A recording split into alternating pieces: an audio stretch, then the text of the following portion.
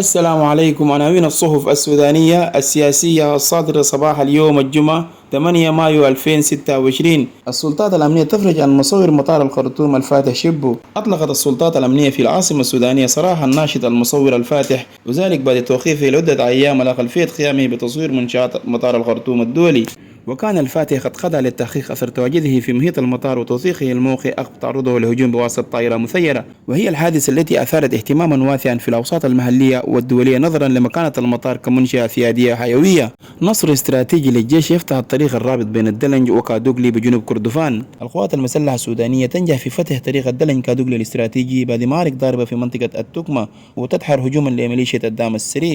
حققت القوات المسلحة السودانية نصرا استراتيجيا جديدا في ولاية جنوب كردفان بتمكينها من فتح الطريق الحيوي الرابط بين مدينة الدلنج وكادوغلي. وفي تصعيد لاحق حاولت ميليشيا الدعم السري استعادة مواقعها المفقودة برشن هجوم واسع النطاق على منطقة التكمة، حيث استعانت بمجموعة من المرتزقة الأجانب الخادمين من دولة جنوب السودان في محاولة يائسة لكسر تقدم الجيش. الأمم المتحدة الرحلات الدولية من وإلى مطار الخرطوم لا تزال معلقة. الأمم المتحدة تؤكد استمرار تعليق الرحلات الجوية الدولية في مطار الخرطوم بسبب الأوضاع الأمنية مما يعيق وصول المساعدات وحركة الأفراد والعمليات الإنسانية. السفير خالد موسى يضع رواندا في صورة العدوان الإثيوبي الإماراتي على السودان. السفير السوداني بكيغالي يطلع الخارجية الرواندية على تفاصيل العدوان الإثيوبي الإماراتي المشترك، مستعرضا الانتهاكات الحدودية واستهداف مطار الخرطوم بالمسيرات.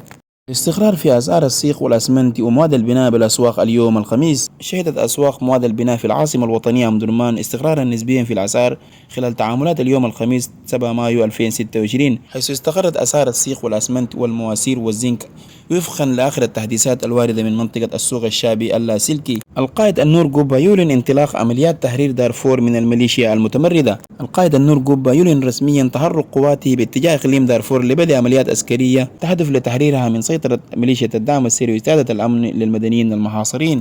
السيسي يجدد دعم مصر المطلق للأمارات ضد الاعتداءات الإيرانية. الرئيس السيسي يزور أبو ظبي يؤكد تضامن مصر مع الأمارات ضد الاعتداءات الإيرانية الأخيرة، واصفا إياها بانتهاك صارخ للقانون الدولي وسط تنسيق اقتصادي رفيع. هيئة علماء السودان تفتح النار على مفوضية العون الإنساني. الأمانة العامة لهيئة علماء السودان تتهم مفوضية العون الإنساني بتعطيل المسار القانوني والمساهمة في تفاقم الأزمة الإدارية وتطالب بتدخل عاجل لترسيخ المؤسسية. الخرطوم تنفذ الصعودات تطهير 80% من منطقة المقرن من الألقام والمتفجرات.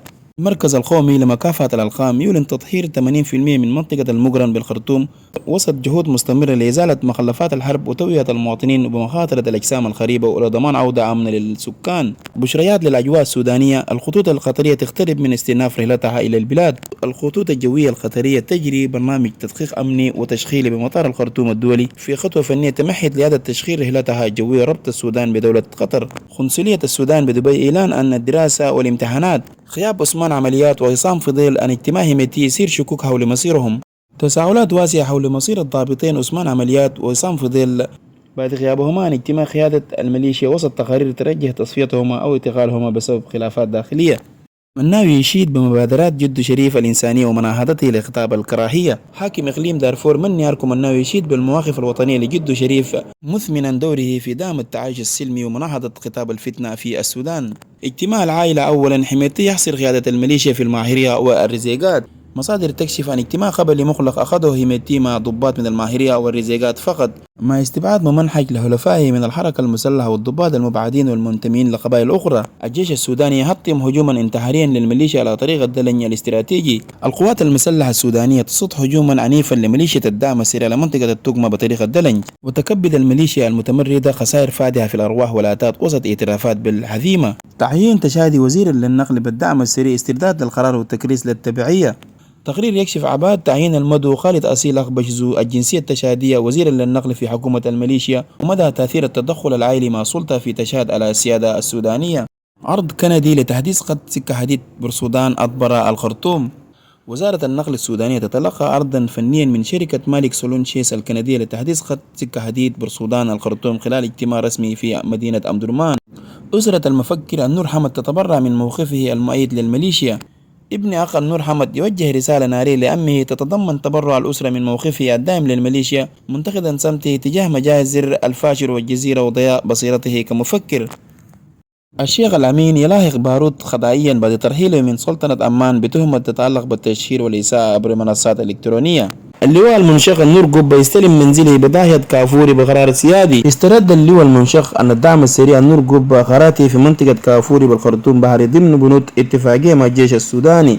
السفارة السودانية بمصر تكشف تفاصيل وفاة شاب سوداني بمنطقة العباثية أثارت جدلا واسعا، ووفد رسمي يكشف الأسباب الحقيقية للوفاة ويحذر من الشائعات. فاجأة في الشيخ زايد نهاية حياة أسرة سودانية والتحقيقات تبرع الطعام. التحقيقات تكشف سبب وفاة 3 سودانيين وإصابة 4 آخرون بمدينة الشيخ زايد بالقاهرة، والطب الشرعي استبعد التسمم الغذائي.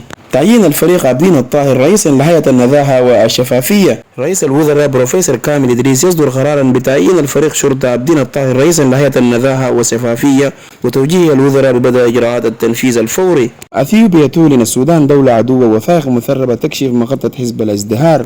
الكاتب محمد أبو زيد يكشف عن وثائق سرية لحزب الازدهار الحاكم في أثيوبيا تصنيف السودان كدولة عدوة، وتكشف تفاصيل دعم أديس أبابا للميليشيا عبر الطائرات المسيرة.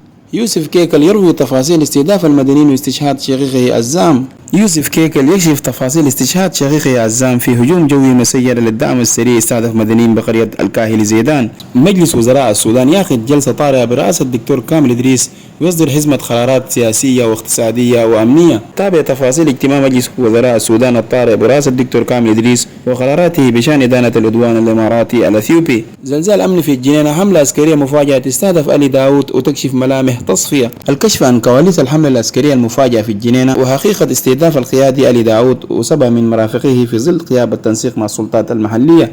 أزمة مالية خانقة تلاحق محمد كاكا في تشات وتوقعات بزيارة عاجلة للعمارات لطلب دعم مالي. يواجه محمد كاكا أزمة مالية حادة وضغوطات عسكرية داخلية لتغيير موقفه من حرب السودان وسط أنباء فشل زيارته لباريس وتوجهه لطلب دعم عاجل من العمارات. في حوار ساخن كشف القيادي الدكتور إدريس لقمان عن إدارة السودان بنسبة ضئيلة من موارده، مؤكدا أن الهجوم على وزير المالية هو ثراء النفوذ.